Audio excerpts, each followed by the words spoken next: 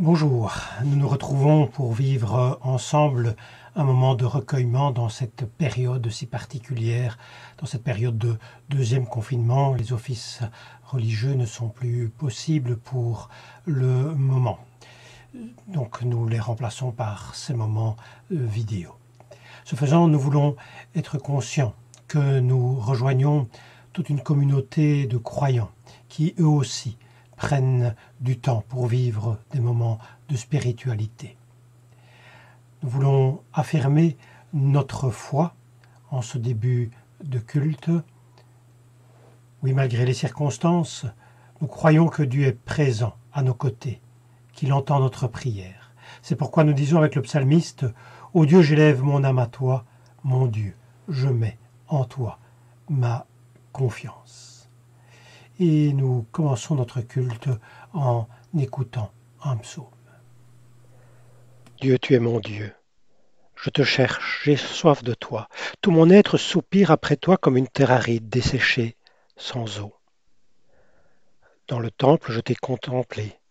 J'ai vu ta puissance et ta présence glorieux, car ta bonté vaut mieux que la vie. Je proclamerai ta louange. Toute ma vie, je te bénirai. En levant les mains vers toi, je dirai qui tu es. Je serai comblé comme rassasié des meilleurs morceaux. Je laisserai éclater ma joie. Je t'acclamerai. Quand je suis couché, je me souviens de toi. Pendant les heures de la nuit, je pense à toi. Oui, tu es venu à mon secours. À l'abri de tes ailes, je crie ma joie. Pour notre méditation d'aujourd'hui, nous prendrons un texte dans l'évangile de Matthieu au chapitre 25, les 13 premiers versets. Mais avant de lire ce texte, je vous invite à vous associer à ce cantique Jésus-Christ, parole de Dieu.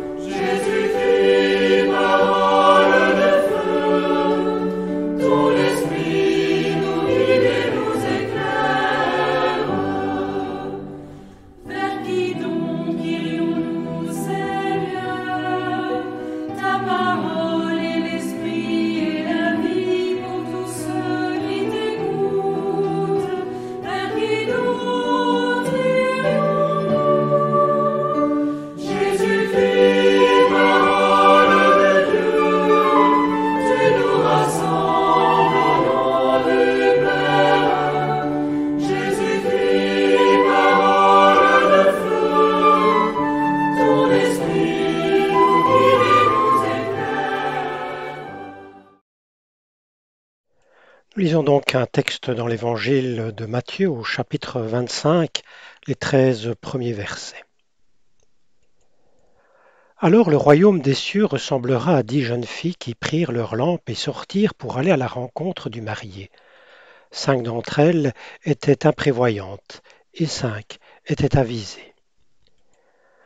Celles qui étaient imprévoyantes prirent leurs lampes, mais sans emporter une réserve d'huile. En revanche, celles qui étaient avisées emportèrent des flacons d'huile avec leurs lampes. Or le marié tardait à venir, les jeunes filles eurent toutes sommeil et s'endormirent. Mais au milieu de la nuit, un cri se fit entendre. « Voici le marié, sortez à sa rencontre !» Alors ces 10 jeunes filles se réveillèrent et préparèrent leurs lampes. Les imprévoyantes demandèrent aux avisées. « Donnez-nous de votre huile, car nos lampes s'éteignent. » Les avisés répondirent « Non, car il n'y en aurait pas assez pour nous et pour vous. Vous feriez mieux d'aller en acheter pour vous chez ceux qui en vendent. Les imprévoyantes partirent donc acheter de l'huile, mais pendant ce temps, le marié arriva. Les 5 jeunes filles qui étaient prêtes entrèrent avec lui dans la salle de mariage et l'on ferma la porte à clé. Plus tard, les autres jeunes filles arrivèrent et s'écrièrent Maître, maître, ouvre-nous. Mais le marié répondit Je vous le déclare, c'est la vérité. Je ne vous connais pas. Veillez donc, ajouta Jésus, car vous ne connaissez ni le jour ni l'heure.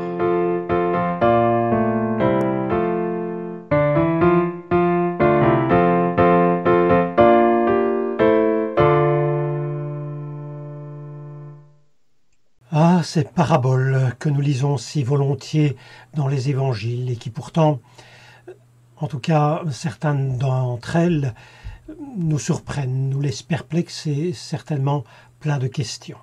Ainsi en est-il de cette parabole, souvent appelée parabole des 10 vierges ou des paraboles des vierges folles et des vierges sages, ou ici dans la nouvelle version de la Bible en français courant, la parabole des 10 jeunes filles, les jeunes filles imprévoyantes et les jeunes filles avisées. Vous avez une illustration par ce tableau de cette parabole.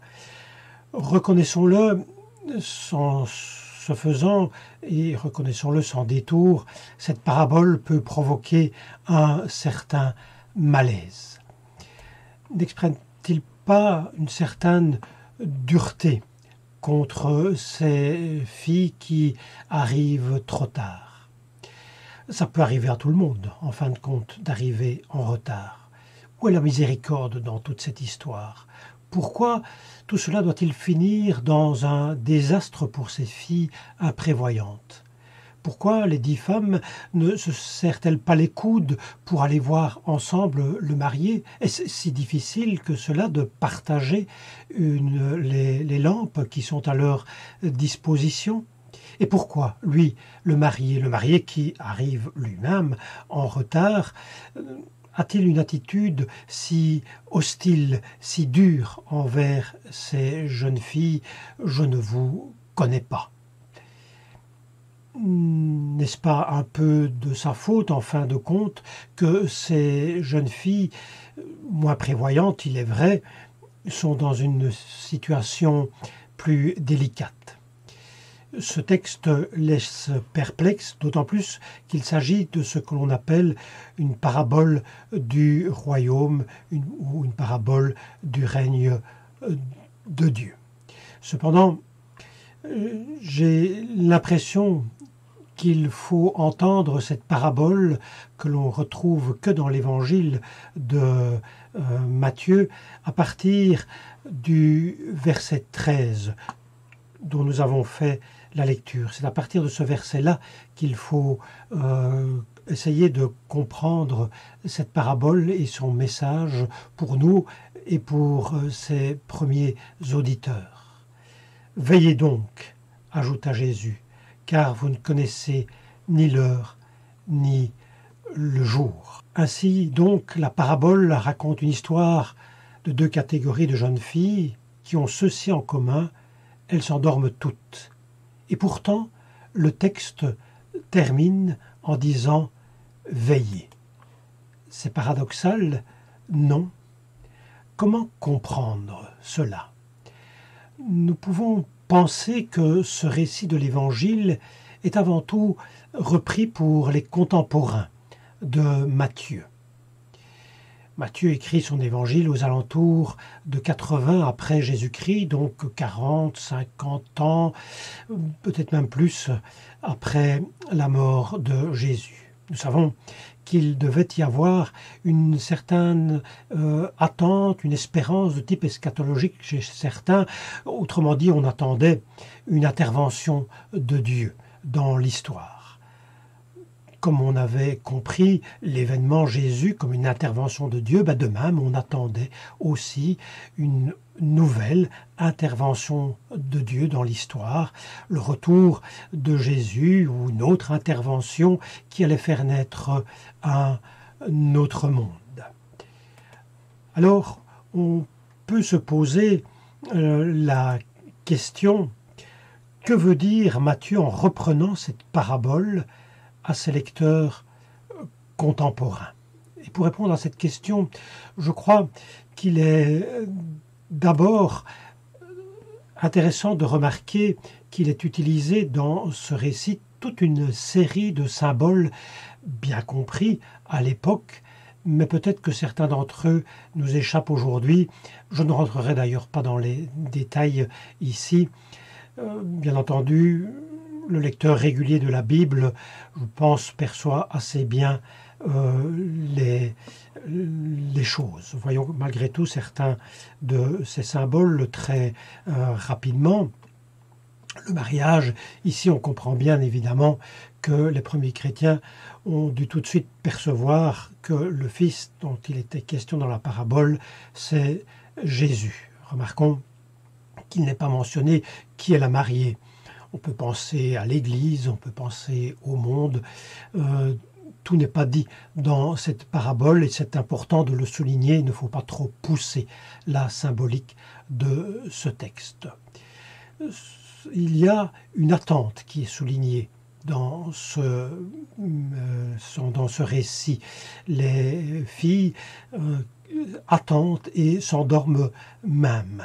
L'attente, c'est l'attente messianique, pourrions-nous dire. Nous savons que les contemporains de Jésus et les contemporains de la rédaction de l'Évangile attendaient cette intervention de Dieu dans l'histoire. Nous en avons déjà touché un mot. En tout cas, certains d'entre eux attendaient une intervention de Dieu dans l'histoire pour qu'elle puisse prendre un tout autre chemin, une toute autre tournure.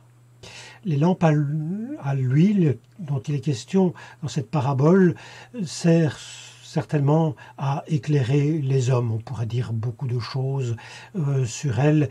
Les lampes à l'huile permettent d'éclairer. C'est ce qui permet de marcher hors des ténèbres dans la lumière de Dieu.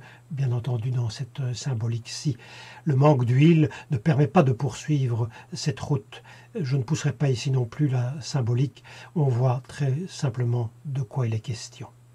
La salle de banquet est une participation au règne de Dieu. On voit bien aussi, cela correspond, une vie avec Dieu, dès maintenant et pour l'éternité.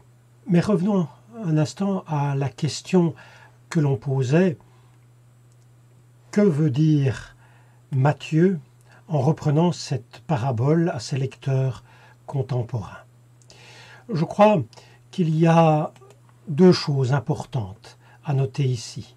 Le retard dont il est question dans la parabole était prévu. C'est cela que veut dire Matthieu en reprenant cette histoire qu'il fait remonter à Jésus, cette parabole de Jésus. C'est dans l'ordre des choses. C'était prévu. C'était quelque chose possible auquel il fallait s'y attendre. Il y a des histoires qui remontent à Jésus, qui le racontent, qui le dit. Et cela, cette attente peut même tourner à la catastrophe, comme le dit cette parabole. Tout cela donc était attendu, il ne faut pas s'inquiéter, c'est dans l'ordre des choses. Ce que vous devez faire, vous, et l'on retrouve bien entendu le verset, ce que vous devez faire, vous, c'est veiller, car vous ne connaissez ni l'heure ni le jour. La mission du fidèle, c'est de veiller. Je reprendrai pour commencer à répondre à la question que l'on posait, que veut dire Matthieu au travers de cette parabole à ses contemporains. Je reprendrai le commentaire d'Alphonse Maillot. Il dit ceci.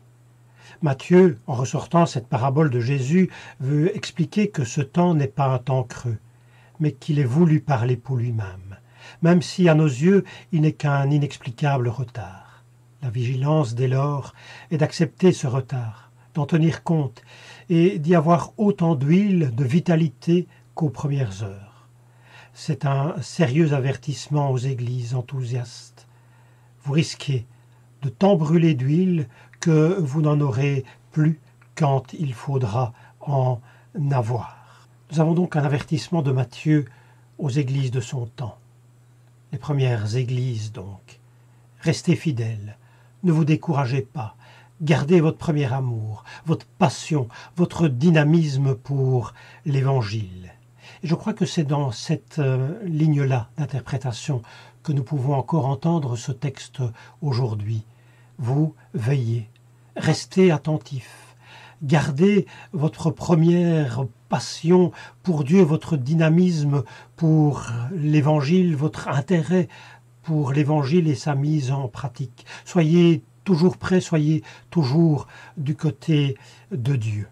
Et je terminerai alors par cette autre citation d'un commentateur qui dit ceci.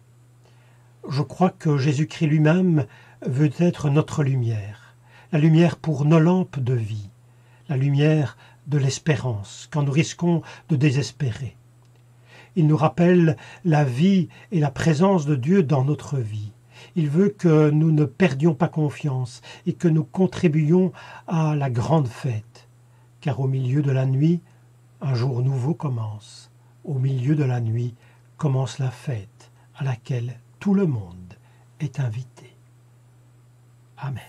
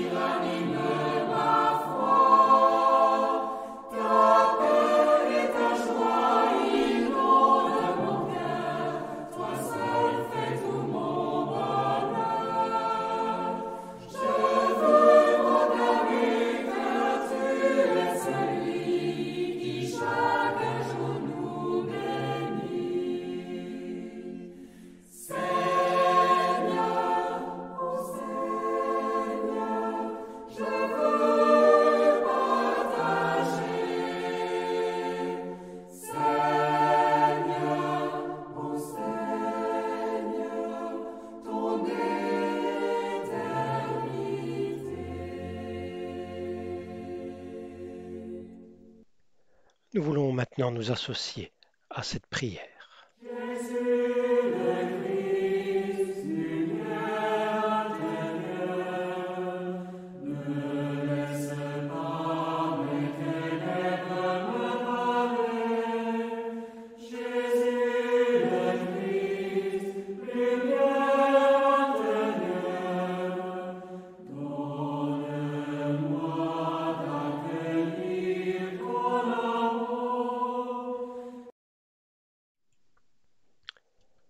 Seigneur notre Dieu, nous venons à toi et nous te confions notre prière.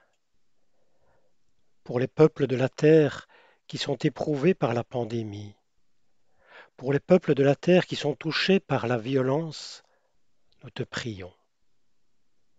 Et pour celles et ceux qui s'engagent pour le bien de tous, la santé et la paix, nous te prions.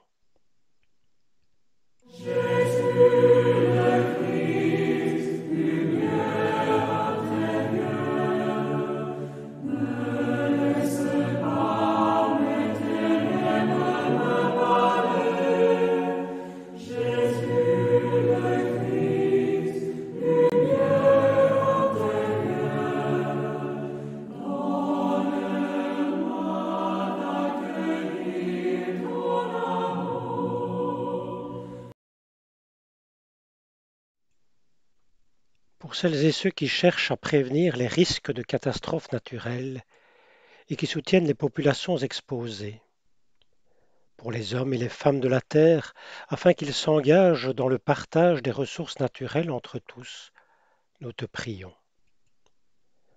Pour les chrétiens, afin qu'ils ne cessent d'aller à la rencontre de tous et qu'ils soient ferments de réconciliation dans la famille humaine, nous te prions.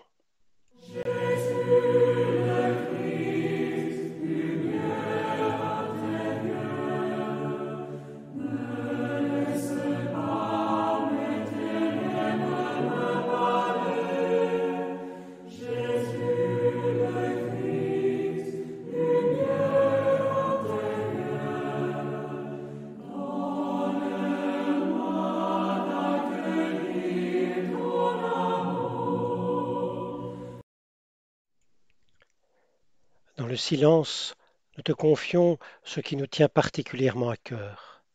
Seigneur, Dieu, reçois notre prière.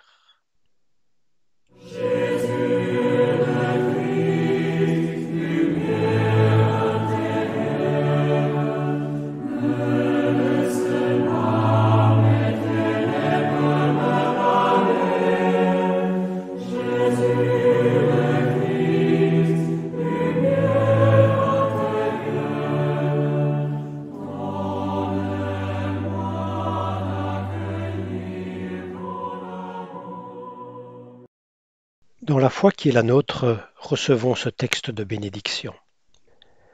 Sur nos chemins escarpés et sur nos grandes routes, dans nos maisons et au cœur du monde, parmi nos proches et au milieu d'inconnus, où que nous soyons, Dieu est là. Il nous accompagne, il garde nos pas. Soyons en paix.